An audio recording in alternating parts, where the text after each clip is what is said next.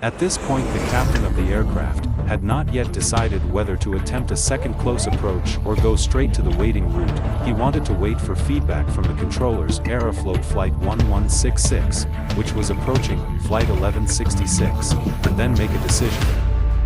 Before making a decision a short time later, the controller informed Flight 981, Flight 1166 because of a change in wind, Flight 1166 was resumed. This news made the captain determined to enter the waiting route. At this time the aircraft still had about 9 tons of fuel.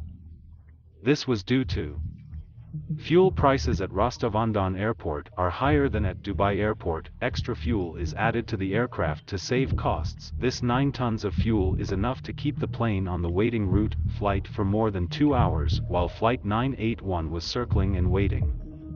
Multiple crews reported moderate separation. Medium intensity separation occurred. Flight 1166, which had previously resumed flight due to wind shear, 3 unsuccessful landing attempts. Finally Flight 1166 was modified, landed at Krasnodar 2 Airport. Unlike other crews, Flight 981 had enough fuel to wait, and the additional 2 hours or so of flight would not allow the crew to overstay their time. The captain thought the weather would slowly improve in Rostov and landed at the airport. The weather at this time was good and the forecast was good. If the captain decides to make a standby landing at this time, then the airline is faced with the prospect the plane will land in another city. Passengers who did not reach their destination need for accommodation and transfer back to Rostov. The return flight would have been significantly delayed due to the landing. Flight 981 crew in case of overtime cannot continue the flight mission, need to reassign other crew to fly the aircraft back to Rostov Airport and then continue back to Dubai. All these reasons lead to additional costs for the airline. In a satellite communication between the captain and the airline, in the conversation with the captain, Chabayuan expressed support for the captain's approach: as much fuel as possible. Hover and wait as long as possible. Recommend the captain to try again to land Rostov when the weather improves. Another attempt to land Rostov, but then the co-pilot, in a conversation with the chief flight attendant, expressed concern that the aircraft would not make a standby landing, but instead circled and waited. At this time Flight 981 was at the east altitude level of Rostov-on-Don Airport, 15 holes circling round and round. 022 The captain requested the current Rostov weather information for Rostov Airport. The controller informed the crew, Rostov Airport. There are no reports of wind shear at this time, however. In fact, in the weather information given by the tower, clearly indicates a severe turbulence and moderate wind shear. The reason for this poor information is that, more than 30 minutes of time, no crew reported to the control department the occurrence of wind and air changes.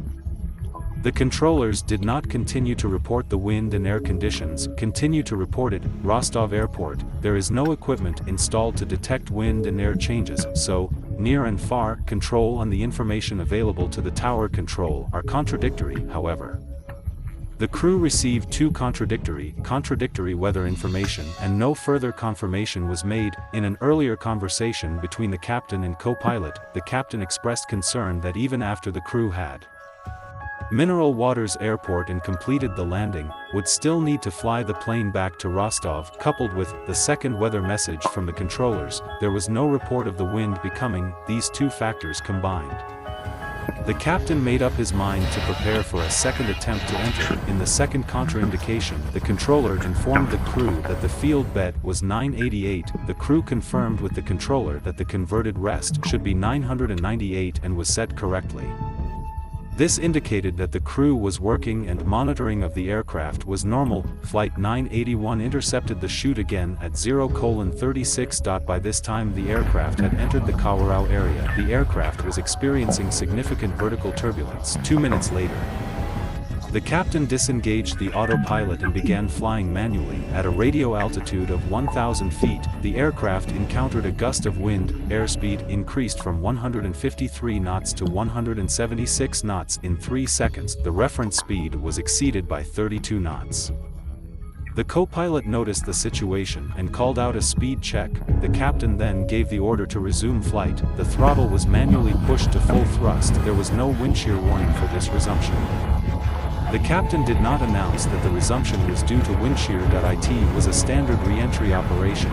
the co-pilot thought it was a standard re-entry procedure. The co-pilot asked the captain if he would easily retract to 15. The captain agreed to the co-pilot's suggestion. The wings were retracted to 15. The landing gear was also retracted. At the current weight of the aircraft, the full power output of the engines, combined with the wing and landing gear retraction results in lower flight drag. The aircraft's oxygen support distance increases significantly. The sudden and significant increase in upward pitch caused the captain's perception to be skewed. In order to counteract the upward pitch of the aircraft, the captain began to make frequent adjustments to the pilot wheel. The captain put the aircraft in a crisis. The situation started at 0:41. At this time the engine was still at maximum thrust. In order to relieve the force of pushing the pilot wheel forward, he started to push the leveling gate upward to control the stability surface to counteract the aircraft's current upward oxygen trend. However, the leveling door was pressed for 12 seconds. This operation was very puzzling to the investigators. According to the recommendations of the 737 flight manual, when controlling the aircraft for maintenance operations, excessive stability surface adjustments should be avoided. Pilots should not use the leveling correction as a means of maneuvering the aircraft. Primary means of maneuvering the aircraft, modern airliners, adjustment of the stability surface by hydraulic power units for leveling. Unlike light aircraft, light aircraft are leveled by means of an adjustment plate, the pilot's wheel. The force of the wind on the steering surface is felt directly. The force on the pilot's wheel of the 737 is not applied through airflow but through the integrated feedback of the control unit. Since pushing up on the switch, less force is required. At this point in time, the palm strike is not in optimal working condition. Fingers will soon get used to the force applied to the door. Thus, the perception of pushing up on the leveling door is ignored. In addition, the captain still feels that the aircraft is in an upward attitude. When adjusting the leveling downward, the lever on the cockpit was not removed. The investigation team believes that these problems were most likely the key factors that contributed to the captain's downward adjustment of the aircraft for 12 seconds.